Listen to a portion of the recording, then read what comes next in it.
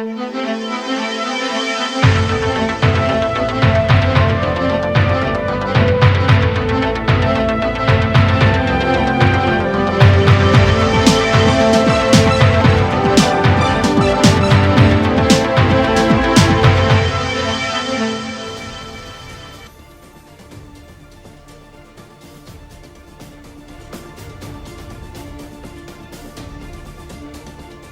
the news, Northern APC governors insist on power shift to the south after meeting with President Buhari.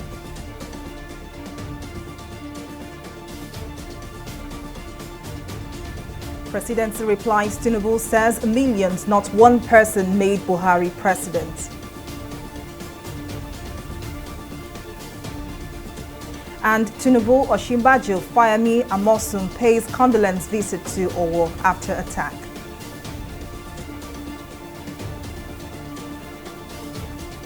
Many thanks for joining us on News Now. I am Folashade Ogurinde.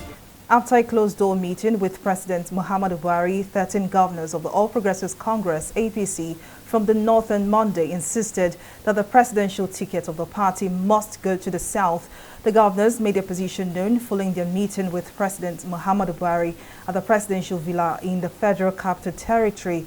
Well, Governor Lalong in this briefing clarified that President Buhari has not anointed any one of the 23 aspirants expected to participate in the party's primary as the flag bearer of the APC. Our meeting today is to reaffirm our position on that letter, on that statement. We also apologize to him that that statement was made by all of us, and we reaffirm the position. But we apologize that the statement leaked out before even our consultation with him. However, it is now in the message, not the messenger. And so Mr. President was very happy. He took our position. And out of that discussion, Mr. President, as a believer in democratic process, believed that any candidate was emerged through a transparent process. And the emphasis that Mr. President told us that for this election, for now, he has no anointed candidate. And therefore directed that this forum complete the Progressive Forum, Governors Forum, meet with the National Working Committee of the party to agree and provide further solutions and recommendations for his own succession. I am sure this may be the last of consultation.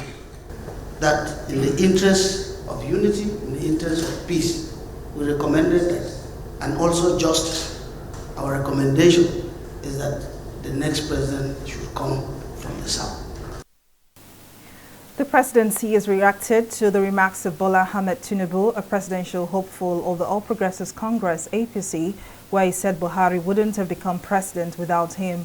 According to the presidency, no single individual can claim to have been responsible for Buhari becoming president, as millions of Nigerians elected President Muhammadu Buhari into office in 2015. In a statement issued on Monday by Garba Shehu, senior special assistant to Buhari, many people played parts, and large and small, in the 2015 election. But to discuss this further, political affairs analyst Charles Sideho joins me now. Thank you very much for joining us. Now, what do you make of this unfolding drama as 13 governors of the All Progressives Congress from the north have said in support of a southern candidate?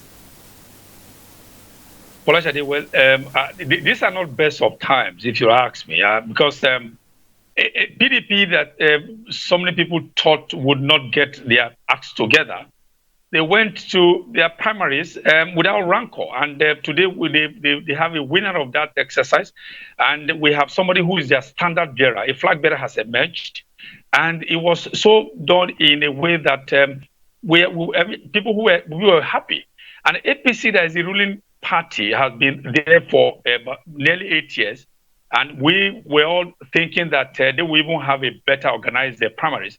But as we speak, Folashade, we still don't know who is going to be the flag bearer of the ruling APC. There are conflicting reports this afternoon, we heard that the governors of the northern part of the country, they met with the president, and the president has said he has not got any anointed candidate. Then the governors themselves, we also read in the paper, we also heard in reports that they are in favor of the pendulum swinging down south to have a choice of candidate coming from the southern part of Nigeria, which is only natural. But again, we are hearing that the chairman of the party, Senator Adamu, has announced the current Senate President, Ahmed Lawan, as the consensus candidate. But even then, as he has also said, according to the report, that regardless of that, that the rest of the 22 others will still have to pass through the exercise of primary. So I don't understand. I as a political analyst myself, I'm confused how that is going to play out. Tomorrow, they are going to be having their primaries, and then we hear that on the one hand, the governors are saying, that's the northern governors are saying, okay, let's give it to the south, so that you have southern the candidate from the APC, southern candidate from northern candidate from the PDP. So where this is coming from, I know not, So I think maybe before midnight, the whole picture will be clearer, so that it will be easy for us to do a proper analysis, Folashade. Well, how critical is this current situation? Because there's definitely a great divide. The northern governors under the APC are saying they're going for a southern candidate, while the NWC is saying that, reportedly said that it has chosen Ahmed Lawan, the president of the Senate, as the consensus candidate. Now, how critical is this moment for the future of the APC, especially in the polls come 2023? Well, it's very critical, Folashade, because look at it. INEC bent over. I don't know whoever twisted INEC to want to have an extension of their own deadline that is set for the 6th of June or the 5th of June that has passed. That all parties must have, all the 18 parties in Nigeria must have concluded their own primaries, and then you have standard bearers of all the parties are emerging. But APC, against all odds, they couldn't put their ass together.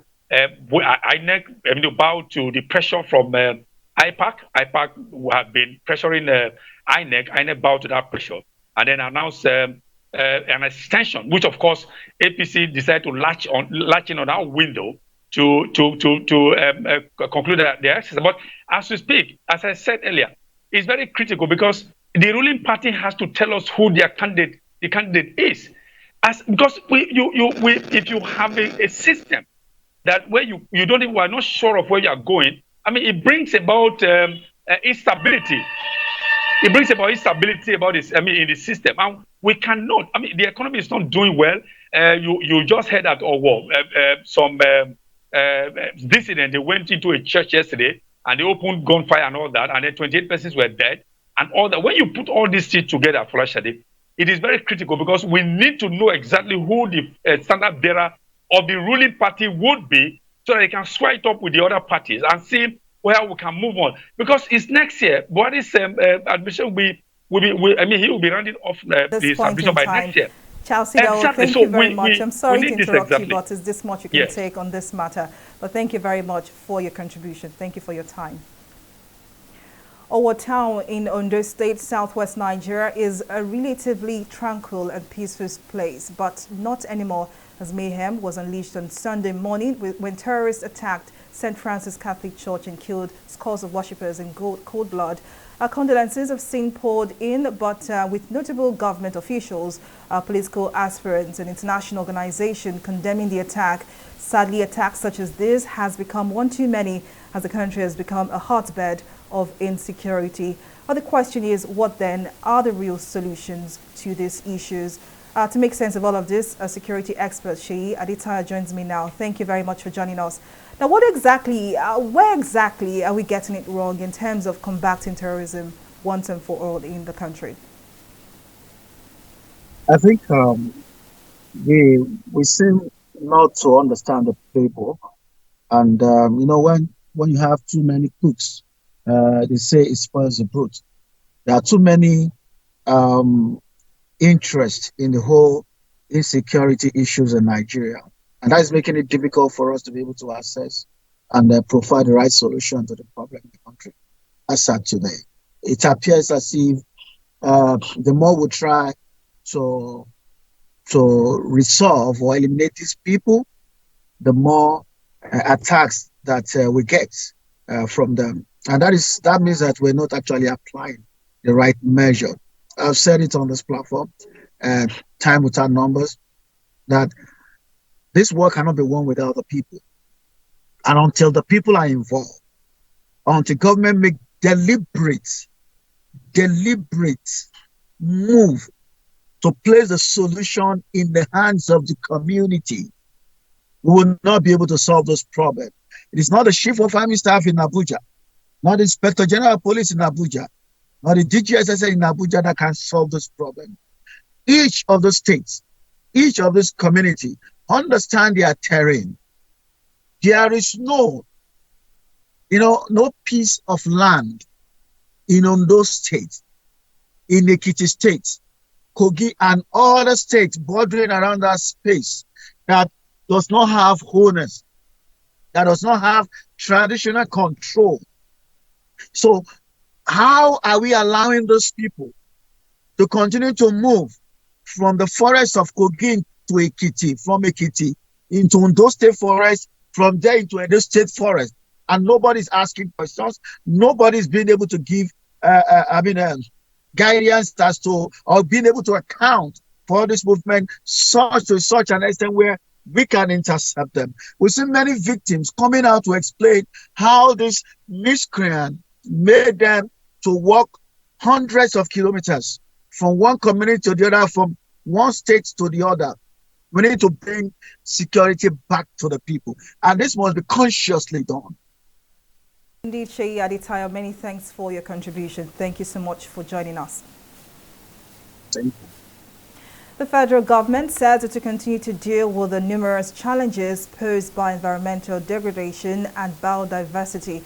The Minister of Environment, Mohammed Abubakar, made this known at the 2021 World Environment Day celebration on Saturday in Osogbo, the Osun State capital. Abubakar said the ministry had made tremendous efforts to enhance effective actions to tackle deforestation, drought, desertification, climate change, and reduce their impact on the citizenry. And since I appreciate Your Excellencies and everybody here, Your Excellencies, distinguished ladies and gentlemen, as you are aware, the United Nations General Assembly, UNGA, proclaimed 5th June of every year World Environment Day to raise awareness on the importance of environment to human survival and general well-being of our planet. The theme of this year's celebration, Only One Earth, with clarion slogan, Together We Can Protect It, focuses on living sustainably in harmony with nature, right? Bringing transformative changes through policies and choices towards cleaner, greener lifestyle. Nigeria, like in many other countries and regions all over the world, the environmental challenges are huge. Climate change, desertification, demographic explosion, loss of natural habitat. The list is long, and it shows how urgent it is to act together without any further delay and in an integrated manner. As you may know, for a long time, France has placed issues such as climate change, renewable energy, and protection of the biodiversity as the main priorities of its foreign policy. We also consider that responses to crises that affect global public goods are fundamentally multilateral. Well, let's now head back to the story where suspected terrorists killed scores of persons in the St. Francis Church in Owo, Ondo State. And I have joining us on the program our correspondent, Deji Badimosi, who joins us from Ondo State. Thank you very much for joining us. Now, Deji, could you tell us what update do you have on the current situation? What more can you tell us? Well, Shadi, what we have at this time, let me start with the casualty figure that we've been given by the Commissioner of Health in this state. The casualty figure is 22. That's what he told us, that as at now, the number of persons that can officially confirmed that have died from this incident is 22. So 22, that's the figure. And of course, about 50-something injured. And then most of the injured are being treated right where I am at this time. This is a federal medical center, and I'm standing right in front of the children emergency ward. That's the ward right behind me there. Now, right inside that ward, Shadi, there are just a number of children with gunshot wounds. And some of their stories are heart-wrenching, to say the least. You have a child there as young as 2 years old who was shot right in the chest. That child lost the elder brother. The elder brother was shot dead. The mother of that child is in the adult emergency ward. She was shot. The father is also at the adult emergency ward, shot as well. You also have a boy, a 7-year-old boy, who was shot in the head. The father shot as well, the mother the same thing. There are quite a number of children there with heart-wrenching story. You would never imagine that any human being would ever point a gun at a child as young as 2 and shoot them point blank. I mean, that's what we have. It's a heart-wrenching story. The vice president, of course, has been here today. He's been to the town and has saw some of the victims. The governor of Oyo State too was here earlier. And then the Minister of Interior was also here. Aragbeshola, he was here. They've all come. Of course, you know, a front runner in the presidential primary of the APC, that's the former governor of Lagos State, was also here to commiserate with the victims. And we spoke to the bishop as well. And the bishop is completely distraught. And the church is still just there. Nothing has been done. You have blood splattered all over the church. The scene at the church, honestly, for me, it's a scene of a massacre. There's just no way to explain this. It's just indescribable. Blood everywhere. And clearly dynamite was used, because you could clearly see that dynamite was used. And we've spoken also to some of those who narrowly escaped, and they were able to paint a vivid picture of how the whole incident happened.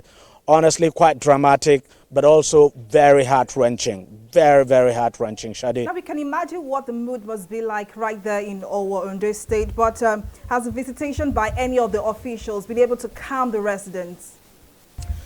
Well, the situation here is calm. Of course, it's calm, but shops were all closed today. I didn't see. I think that would maybe the king of the town ordered that, and then the state government. Almost all the shops are closed. And then don't also forget that this church is just right behind the palace of the king. And around the church, you also have a market, a very big market at that. So quite a busy area. But the market, of course, is closed today. And things are calm. You have security men around the town. For now, no group has claimed responsibility for the attack. The government has not been able to identify those who carried out the attack. So we're still waiting. The police says it is still conducting an investigation into the incident, and that as soon as it has anything new, it will let us know. So we're all waiting for when there'll be any new information now from the police. And of course, you have, as you know, Amotekun is quite active in this area, active in this community. So you have Amotekun personnel around. And so for now, things are calm, but of course, you can clearly see and feel that this is a town in mourning, because what happened here on Sunday, the 5th of June, honestly is beyond comprehension. It's something that the people of this town had never witnessed before. Never. So everyone is in utter shock, and everyone is mourning. Shadi. But indeed, DJ Badimosi, thank you very much for joining us, and thank you so much for that update. Well, we'll take a break here, but still to come, Nigeria Air gets license to operate 4 years after unveiling details of the story, and more right after this break.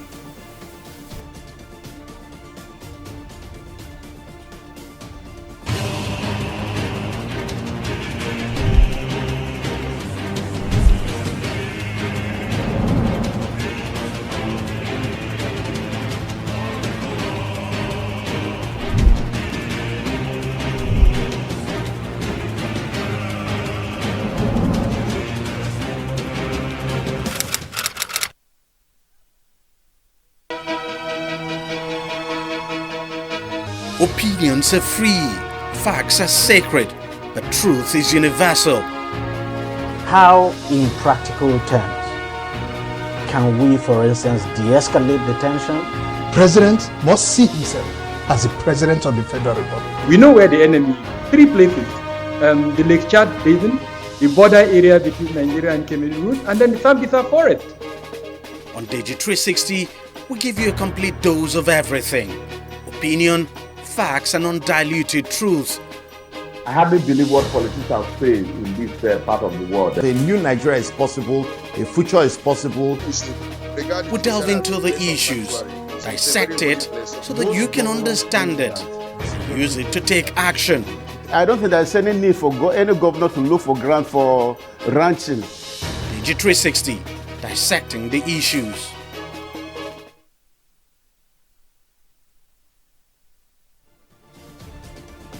Welcome back. Now here is a recap of some of our top stories tonight.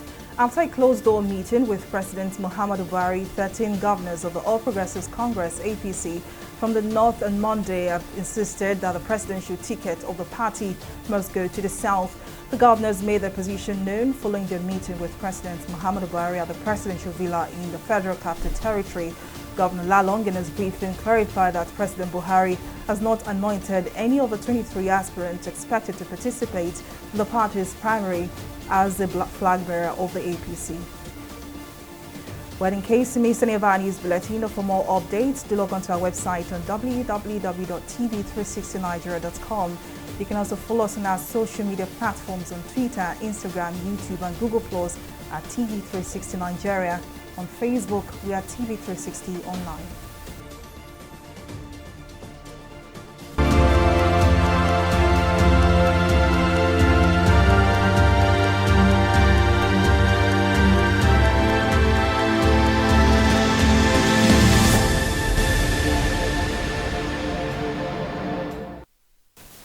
Uganda's health minister says the country's COVID-19 cases have risen to levels last witnessed in June 2021 when the Delta variant was prevalent.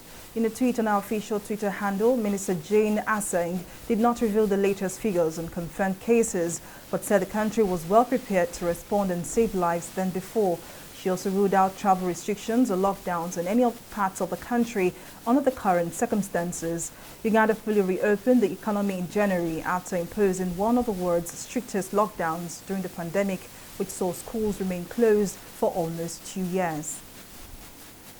I will take another breather and return with more stories and business. To stay with us.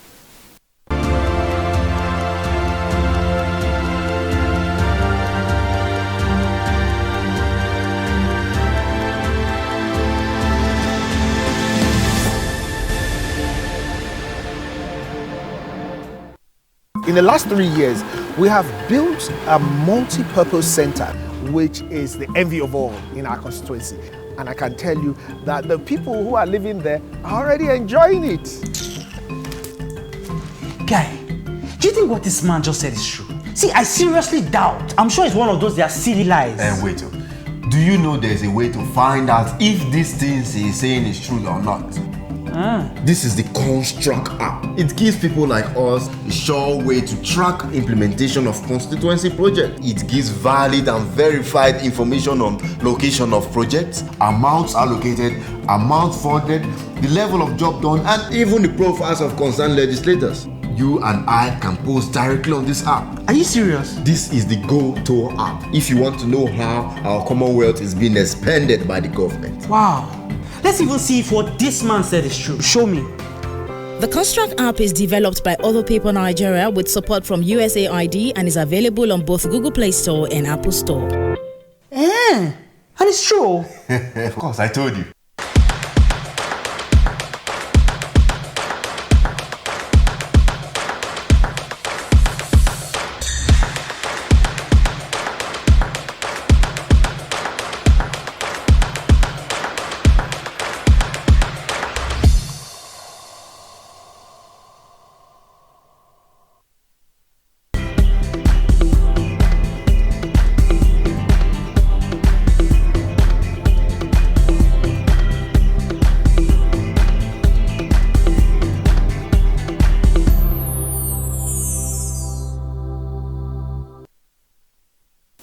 Welcome back. Abisola Adibayana joins us for more stories in business. Over to you, Bisola. Thank you very much, Folashade. Welcome to Business News. The Nigerian Civil Aviation Authority has presented the air transport license to the interim management of Nigeria here. The Federal Ministry of Aviation made this known on Monday in a tweet via its official Twitter page. This development comes 4 years after the national carrier was unveiled by the Minister of Aviation, Adi Sirika. The new national airline is expected to provide scheduled and non-scheduled services. Also, it is to be a public-private partnership with the federal government maintaining 5% stake, while 49% would be held by strategic equity partners and 46% by Nigerian entrepreneurs. Well, we'll take a break now and return with a review of the stock market.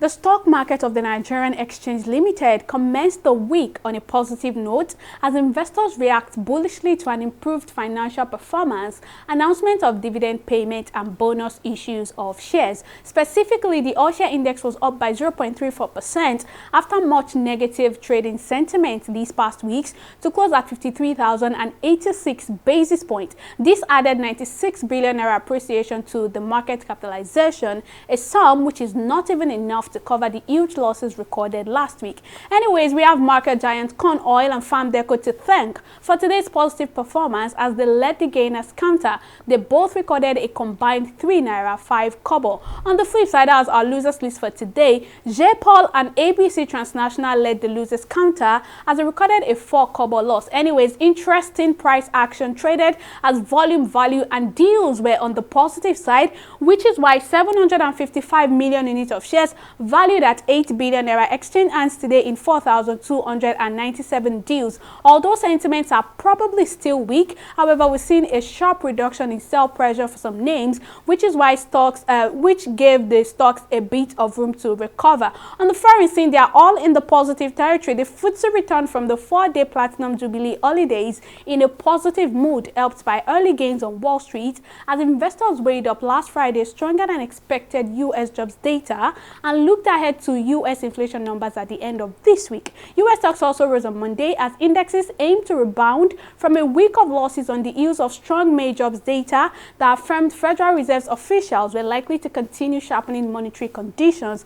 Japan stocks in the same vein is in the positive as energy stocks rallied on stronger oil prices and tech names recovered, while gains in U.S. stocks futures and Chinese equities also lent support. That's all on stock market reports. Back to Folashade for the rest of the news. Many thanks, Bisola, for that update. And on the foreign scene, Ukrainian President Volodymyr Zelensky has met troops on the front lines in Donbas on Sunday as heavy fighting raged in the eastern industrial region, and Moscow has focused its forces on taking. Zelensky visited command posts and frontline positions in Lysychansk, where Ukrainian troops were pushing back against Russian forces who had earlier appeared on the verge of taking the strategic city. He also visited Bakhmut for the southwest in the Donetsk region of Donbass and talked with servicemen, the presidency said. And now to the latest in the world of sport, where we see that the Leone Stars of Sierra Leone have arrived in Nigeria's capital, Abuja, on Saturday for Thursday's 2023 Africa Cup of Nations qualifier against the Super Eagles. Three-time African champion Super Eagles will entertain the Sierra Leoneans at the Moshood Abiola National Stadium in Abuja. According to the Sierra Leone Football Association on Twitter, the players and the officials departed Conakry, where they had their last training session in the first phase of their campaign. And that's the size of our news bulletin. Many thanks for watching. I am Folashade. A great day. Bye for now.